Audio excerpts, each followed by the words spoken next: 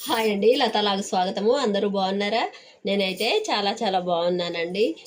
Night ప్రేయర్కి వెళ్ళొచ్చాను. ఇప్పుడు కూడా చర్చికి వెళ్ళొచ్చానండి, మనందరం బాగుండాలని. ఇంతకుముందు అయితే మా ఫ్యామిలీ, చుట్టాలు, బంధువులు, నా కొలీగ్స్, చుట్టుపక్కల వాళ్ళు బాగుండాలని ప్రేయర్ చేసేదానండి. ఇప్పుడు కొత్తగా యాడ్ అయిన మన యూట్యూబ్ ఫ్యామిలీ గురించి కూడా ప్రేయర్ చేశానండి. ఇంకొక విషయం ఏంటంటేనండి, మామూలుగా నూతన సంవత్సరం వచ్చిందంటే మనము నూతన నిర్ణయాలు తీసుకుంటుంటాం కదండి, ఎప్పుడైనా సరే. ఇంకా సరే, ఈ రోజుతో ఇది లాస్ట్, ఇప్పటి నుంచి ఇలా ఉండాలి అలా ఉండాలి అని నిర్ణయాలు అయితే తీసుకుంటాం. కానీ కొన్నిసార్లు వాటిని అమలు చేయలేం కదండి. అంటే మనుషులం కదా, మన యొక్క బలహీనత. దానివల్ల ఏం చేస్తామంటే అనుకుంటాం, ఈ నెలలో ఇలా ఉండొద్దు, అలా ఉండొద్దు, ఇట్లా చేయొద్దు, అట్లా చేయొద్దు, లేదు మంచిగా ఉండాలనుకుంటాం. కానీ ఇంకా మన వల్ల కొన్ని అవ్వవు.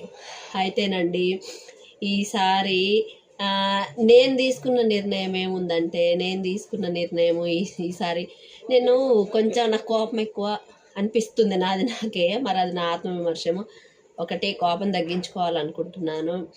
రెండండి, దేవునికి నచ్చిన రీతిగా బ్రతకాలని ఎప్పుడూ అనుకుంటుంటాం. కానీ మనుషులము కొంచెం తప్పిపోతూ ఉంటాము. అదొకటి. దేవునికి ఇష్టంగా బ్రతకాలని ఎక్కడికైనా లేటుగా వెళ్తుంటానండి. మొట్టమొదటగా నేను తీసుకున్న నిర్ణయం అయితేనండి, చర్చికి ఫస్ట్ వెళ్ళాలి ఎక్కడికైనా. కానీ ఇంకా లేటుగా వెళ్ళకూడదు. ఈ విషయంలో దేవుడు నన్ను క్షమించాలని మొదటగా చర్చికి ఫస్ట్ వెళ్ళాలని ఒక నిర్ణయం అండి. నూతన సంవత్సరం తీసుకున్న నిర్ణయాల్లో మొట్టమొదటిది. రెండవది, ఏ ఆదివారం కూడా చర్చి మానకూడదని తీసుకున్నానండి నిర్ణయము. ఇంకొకటి, కోపం తగ్గించుకోవాలని ఎక్కువగానండి. సరే, ఏమన్నా సరేనండి, కోపం తెచ్చుకోకుండా ఎవరిది వాళ్ళదే అని వదిలేద్దామని. ఇంకోటండి, నాకు ఏదన్నా జరిగింది అనుకోండి, అసలు నేను మర్చిపోలేనండి. అసలు ఇంకా దాన్నే రిమైండ్ చేసుకుంటూ చాలా రోజులు, చిన్న మాట అయినా సరేనండి, ఇంకా ఒకటే గుర్తు చేసుకుంటాను. అది కూడా వద్దు ఇంకా ఇప్పటి నుంచి అని ఆ నిర్ణయం ఒకటి తీసుకున్నానండి నేను.